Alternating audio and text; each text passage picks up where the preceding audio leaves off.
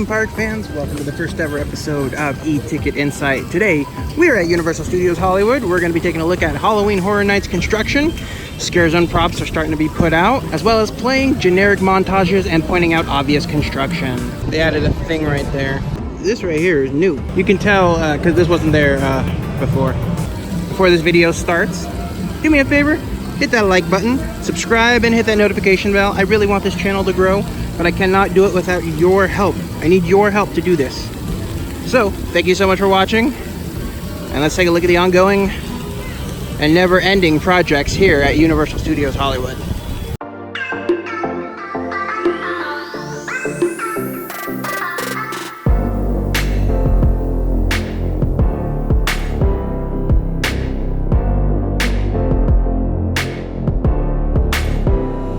Once entering the park, we are immediately hit by signs of Horror Nights construction at long last.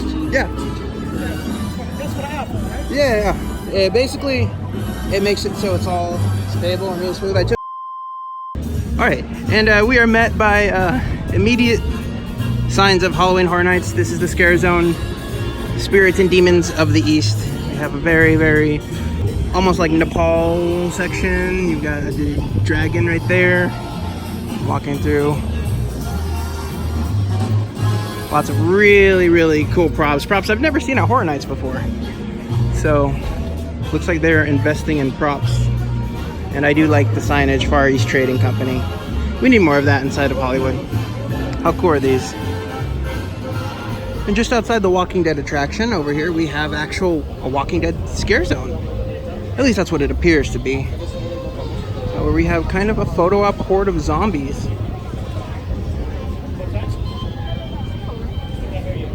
And it's already becoming a very popular photo op in the park, despite it not actually being Halloween Horror Nights. I imagine it's going to be way more popular once Halloween Horror Nights is actually ongoing and people here are ready to be scared.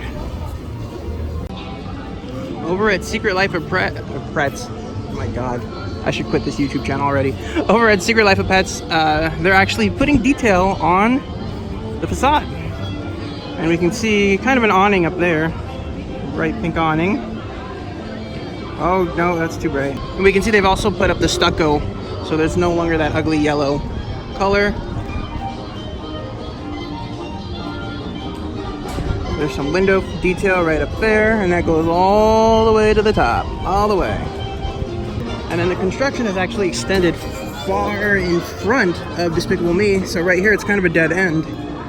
You cannot access Despicable Me from this walkway. You have to walk actually all the way around the Parisian Plaza. Right here, it gives you a little map and shows you. You are here, but in order to get to Despicable Me, you literally have to walk all the way around to get to the front. And here we can see the dead end. And then walls around Holidays in Hell have also come down. Now get a good look at the full facade. In honor to celebrating New Year. I believe Murdy said at Midsummer Screen that there's going to be a video clock right there that's perpetually counting down to midnight. As this facade is supposed to feel a lot like you're entering once the clock strikes midnight, and then you proceed through, and at the end of the maze you hit Happy New Year again, and we'll take a look at that as that's now a prop in the Scarezone.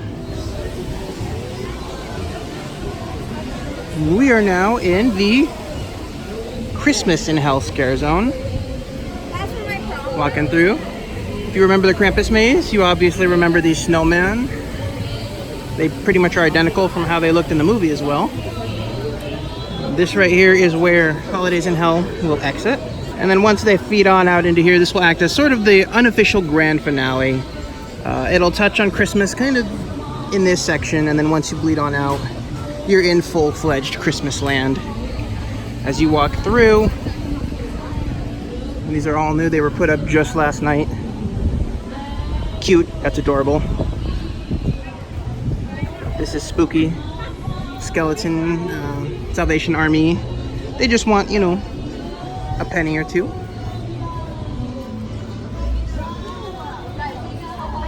An angry elf. He's an angry elf.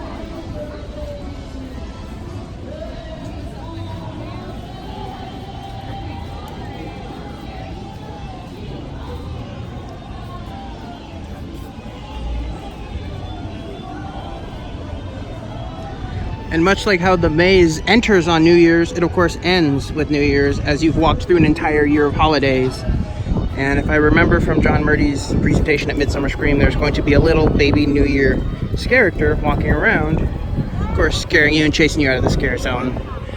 The scare zone will also have the Satan Claus and of course the creepy stilt walking Nutcracker. That is creepy, and I think I might love this maze scare zone combo.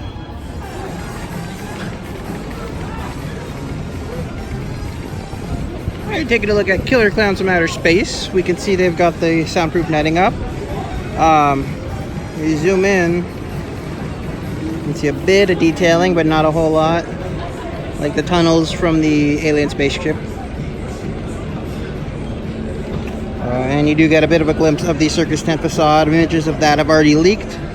It looks pretty much like a circus tent and trees. And over here is Nintendo. We're about to head down and get a little closer look. It's actually a really nice day outside today, apart from it being 1,000 degrees. It looks like for Halloween Horror Nights, much like Orlando, we're also getting a version of the Starcourt Mall.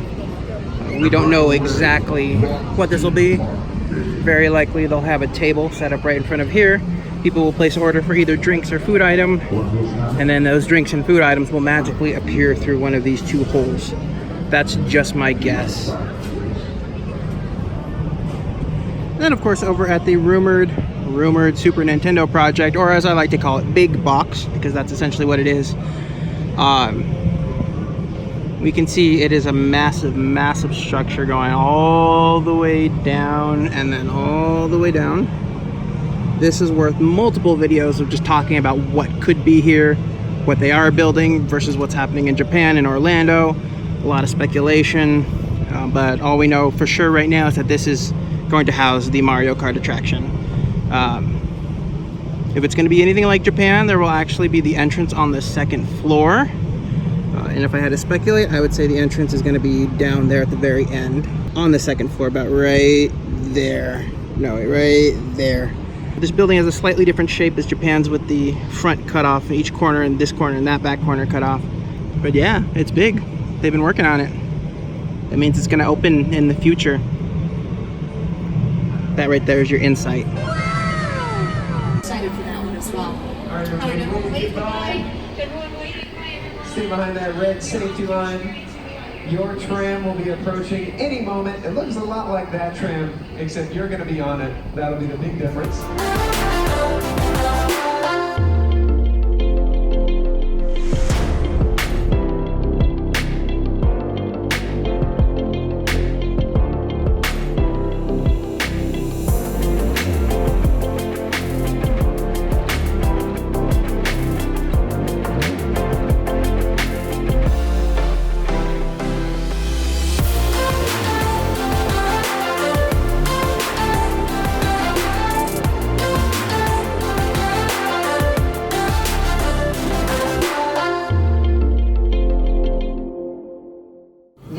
And over here, the other side of the Nintendo project. Naturally engineered by Dr. Henry Wu from the genes of multiple carnivorous. Not a whole lot of development. It looks like it's been stuck in this phase for a couple weeks now. It'll be interesting to see what happens. Now, one thing I wasn't able to take a look at during my construction update is, of course, the House of 1,000 Corpses, but you can see a lot of the lighting is up there and they're ready to go. So hopefully when I come back next week, we'll be able to take a better look at that facade, and hopefully the walls will be down in front of it. And yeah, and a quick peek into the studio store. They are still in full Jurassic World mode. There's no Halloween Horror Nights merch at all, unlike Orlando. We've got the Killer Clowns candy, which I desperately hope we get here. But it's all Jurassic World, no spooky season stuff just yet. And over at the Secret Life of Pets ride, we can see this elephant door is going to be a full-time elephant door. It doesn't look like they have any plans on replacing it with anything else, so if they ever need to take a ride vehicle out for maintenance or install new ride vehicles, they have that door to do so, because I believe this back of the attraction is a maintenance area for the ride vehicles. And it looks like they're going to soon be patching up this elephant door, which I believe is going to be mainly used for show scenes and sets and things. It's a tiny ride. It's a tiny, tiny ride building. It looks huge from the other side, but from this angle, looks like it's about 13 feet wide. Now heading into City Walk. There's always something going on out here at City Walk. And still no development over here at Angel. I think we should be looking not just at Angel, but at this entire building. All the way from Billabong, Fossil, Popcornopolis, Zen Zone. If we see any of these stores suddenly close, I think it's possible we could see this entire building go. This is just me fanboy theorizing. You know, they need a hotel. They should have one at the front of the park. This whole building, this area, is where I would put it if I was Universal. And that way they could also keep it within City Walk. Kind of like what they do in Japan. Also nothing to report at the old Element store. However, you can kind of look through the cracks. There are lights on inside, unlike Angel. So they're definitely working on something. Definitely working on something. Another big development, of course, Anahitos is now open. I have been wanting to eat Anahitos since it opened in Orlando in like 2014, 15, I think. Apparently it gets a lot of mixed reviews in Orlando, but traditionally Mexican food in Orlando is not as good as you'll find it here. So I have really, really high expectations for this place, because if you come into Universal City Walk and you have bad Mexican food, you're gonna get your back torn out of your butt. So I have very high expectations, and I hope to eat here very soon, but I'm poor.